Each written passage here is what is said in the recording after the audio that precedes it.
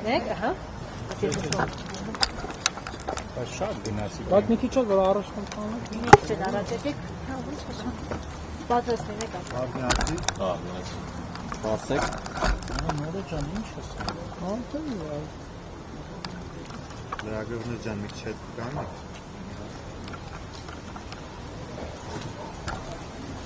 Okay. Տիկին Գրիգորյան ավելի վաղ մեզ հետ զրույցում պաշտպան Հարամուրբալյանը նշեց, որ դատական նիստը, որը պետք է 3 լիներ, չէր եղել, քանի որ նախագահը առողջական խնդիրներ ուներ։ Մենք հասկանալ այսօր, այսինքն այդ խնդիրները շատ արագ վերացան, թե ինչն էր այս ապշտակության խնդիրը, ինչպես եք մեկնաբանում այս իրողությունները։ Նախ ակնհայտ էր, որ տեղի ունեցած նկատում եմ նախագահ Քոչարյանը ստնդավորվել էր եւ դրանից հետո ակնհայտորեն որոշակի ժամանակահատված կա, որ նման միջամտությունից հետո հա պացիենտը պետք է որոշակի պայմաններում պահվի եւ որոշակի առօրյա ունենա, բայց հիմա հասկանալի է, որ քանի որ հրամանը իջեցված է, հնարավորինս արագ փորձելու են ժամկետների մեջ տեղավորվել, որպեսզի բավարարեն Նիկոլ Փաշինյանի այս բոլոր կրքերը, այդպես բոլորին նստացնելու, հա, այս պատվերները պետք է իրականացնեն, դա ակնհայտ է, այսօր քաղաքական մեծամասնության տարբեր ներկայացուցիչներ են, ոգեշնչված լինելով Նիկոլ Փաշինյանի այդ ելույթներից, իրենք նույն բանն էին ասում էին, որ այո, այդ պատվերը մենք իջացրել ենք եւ իրավապահ համակարգը պարտավոր է իրականացնել այդ պատվերներն, ավելին ասում են նույնիսկ այն մարդիկ, ովքեր իրավապահ համակարգում փորձեն այլ բան մտածել կամ այլ բան անեն, իրենք դուրս են շպտվելու իրավապահ համակարգից։ Այսինքն սա ակնհայտ այլևս պետական համակարգի ոտնահարման, պետական համակարգի ոչնչացման ակնհայտ դրսևորումներ են։ Եթե նման դրսևորումներ նախկինում եւս եղել են, բայց դրանք փոքր-ինչ քողարկված էին, հա մեկը SMS-եր գրում կամ առանձին զանգում մի քիչ շշուկով էր խոսում, հիմա դրա կարիքը չկա, արդեն ազգային ժողովի անձնից այնքան են լկտիացել, որ կարողանում են նման հայտարարություններ հնչեցնել։ Տիկին Գրիգորյան, վստահաբար այդ հայտարարությունները լսում են նաեւ դատավորները, օրինակ այդ հայտարարությունից հետո ինչ սպասել այսօրվա դատավորի որոշում։ Դուք շատ կարևոր կարծում եմ շեշտադրում արեցիք, որովհետև շատ հաճախ ասում են, թող արդար դատարանը արդար որոշում կայացնի։ Հիմա այդ դատավորը, ինչպես Հայաստանի Հանրապետության յուրաքանչյուր քաղաքացի, լսում է Նիկոլ Փաշինյանի ագրեսիվ հռետորաբանությամբ իր այդ շեշտադրումները, որ պետք է նստի եւ վերջ։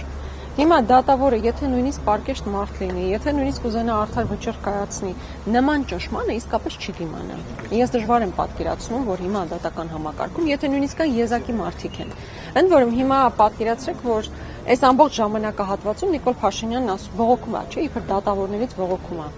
Այն պայմաններում, երբ որ դատավորների մեծ մասը իր կողմից են նշանակված։ Նույն Ծառուկյանի դեպքով, երբ որ ասում եք, ո՞նց է ստացվել, որ դատավորը ազատ է արձակել Գագիկ Ծառուկյանին, եք քո կողմից նշանակված դատավորն է, ո՞նց ես ինչ պահանջում։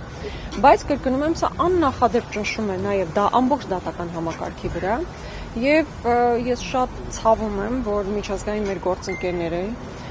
տարբեր դեսպանատներ, քար լռությամբ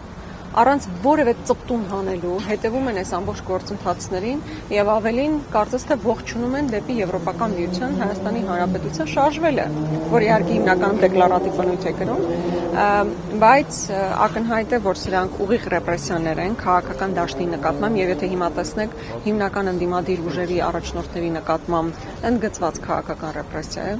Սամվել Կարապետյանը տնային կալանքի տակ է, Գագիկ Ծառուկյանը գտնվում է ԱԱԾ մեկուսարանում եւ հիմա էլ նախագահ Քոչարյանի եւ իր ամբողջ ընտանիքի նկատմամբ իրականացվող ռեպրեսիաներ են։ Եվ շատ հաճախ մեզ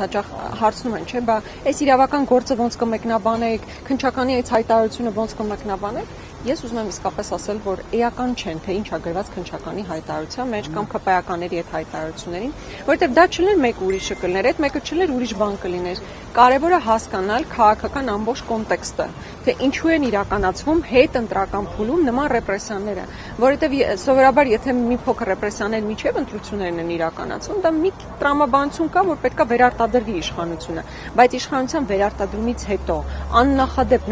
նման ռեպրեսիաները մի նպատակ կարող են հետապնդել, այն է առաջիկա բարդ գործընթացներից համար, բարդ նկատի ունեմ զիջումներ, սահմանադրության փոփոխություն, Տիգրան Աշենի հանձնում, այս բարդ քաղաքական գործընթացներից առաջ մեկուսացնել հիմնական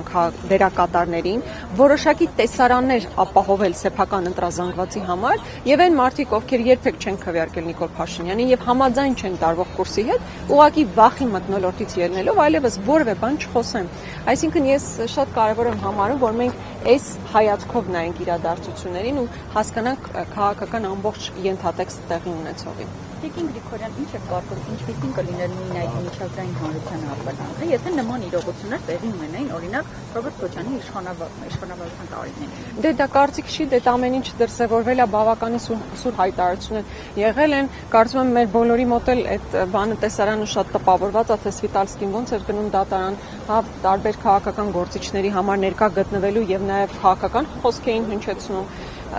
Նկատի ունեմ այդ ամեն ինչ եղել տեսել ենք եւ հիմա շատ տարակուսելի չասեմ, շատ հիասթափեցնող է մեղմ ասած, այն դիրքորոշումները, որ չեն հնչեցվում Եվրոպական միության հատկապես անդամ երկրների ներկայացուցիչների կողմից, ինչու ենք իրենց նշում, որովհետև ներողություն եմ խնդրում, իրենք են հատկապես խոսում մարդու իրավունքների պաշտպանությունից, իրենք են խոսում ժողովրդավարությունից, եւ հետեւաբար այդ առումով շատ հիասթափեցնող է, բայց մենք այդ աշխատանքը կոմունիկացիա նկատի ունեմ ապահովում ենք, մեր հայտարարությունները փոխանցում ենք իրենց եւ մեր դժգոհությունները, որ նման աննախադեպ ռեպրեսիաների շրջանում ուղղակի անհասկանալի է այդ բոլորի լռությունը։ Դուք հանդիպել եք վերջերս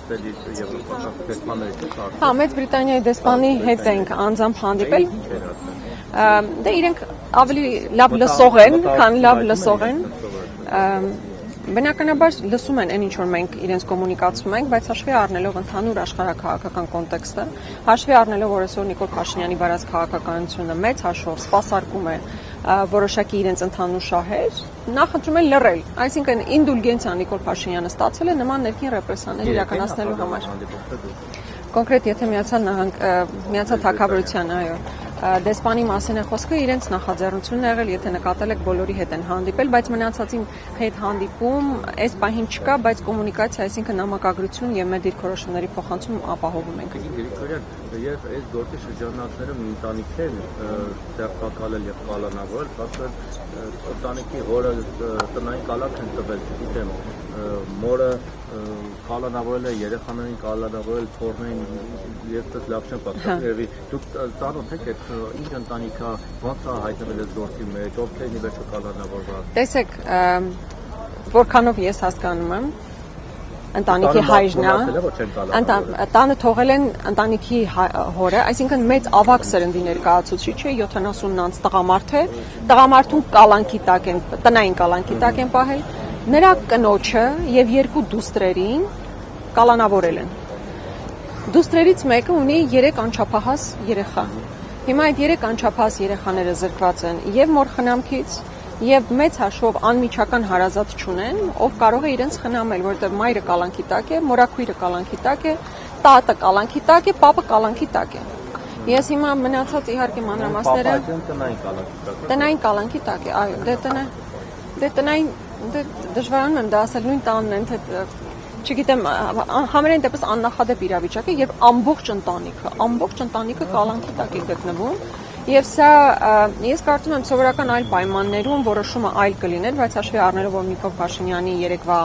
իր այդ հիստերիկ դրսևորումները տեսել է նաև այս դատավորը, ինքը չէր կարող այլ որոշում կայացնել։ Եվ ես մի փոքր առաջ ես դրա մասին եմ խոսում, որ դատական համակարգի նկատմամբ կան նախադեպ ճնշում եւ որևէ դատավոր, ինչպես ինքն է ժամանակին ասում, կգտնվի արդյոք մի դատավոր, որի մասածը չանի, հիմա մեծ հաշվով նման իրականության մեջ ենք ապրում։ Չէ, երբևէ չեմ տեսել։ Ղեկավար է։ Անկեղծ ասած մանրամասներին չեմ տիրապետում, բայց մենք հատկապես այդ դեպքի վրա շեշտադրում կատարեցինք, որովհետև աննախադեպ իրավիճակ է, երբ ընտանիքի բոլոր անդամներին են կալանավորում եւ հատկապես երբ որ տղամարդուն կալանքի այստեղ սեռային տարբերակում չեմ դնում, ամեն դեպքում 2-3 անչափահաս երեխաների մորը, նրա մորաքրոջը, տատին եւ պապին կալանքի տակ են պահում։ Սա պետք է ուղղակի հասկանալ, թե ինչպիսի աննախադեպ իրավիճակ է։ Եվ երեխաների հանդեպ կարող է երեխաների հետ բաներ անել։ Չգիտեմ, կարելի է այդակրկել։ Ստեղծած իրավիճակում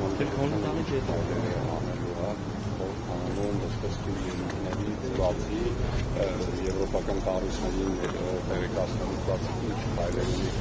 ըստ իրավական պես գործել է, քաղաքական դաշտում է։